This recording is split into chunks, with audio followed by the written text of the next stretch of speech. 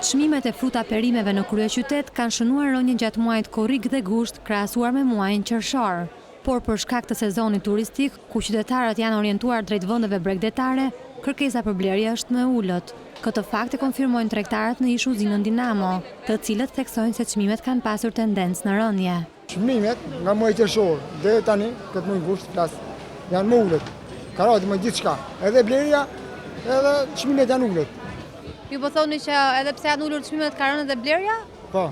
Dikon tash edhe këto gjëra që janë to plazhet e këto, nga kjo do të thotë që nuk ka edhe punë këtu, edhe çmimet janë më ulët, nuk ka blerës. Për muajin korrik, në krahasim me muajin qershor, si janë luhatur çmimet, si kanë ardhur? Çmimet janë në ulje.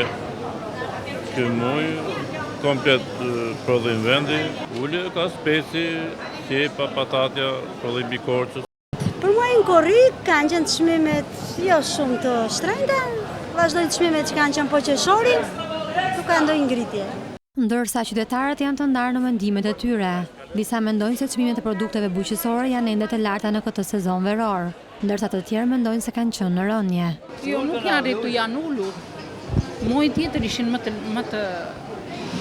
shumë, tash janë më pak. Këtu është më lirë se sa andej ku jetojmë neve. Kështu që Po në krahasim me muajin e kaluar? më shtret janë.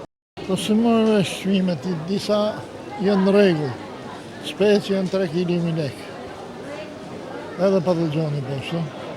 Janë ulje.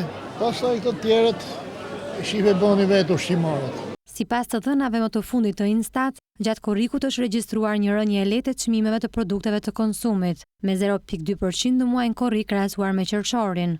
Tregtarët her pas here janë shprehur se ky sezon veror ka pasur nivele më të larta të çmimeve për fruta perime krahasuar me sezonet e kaluara.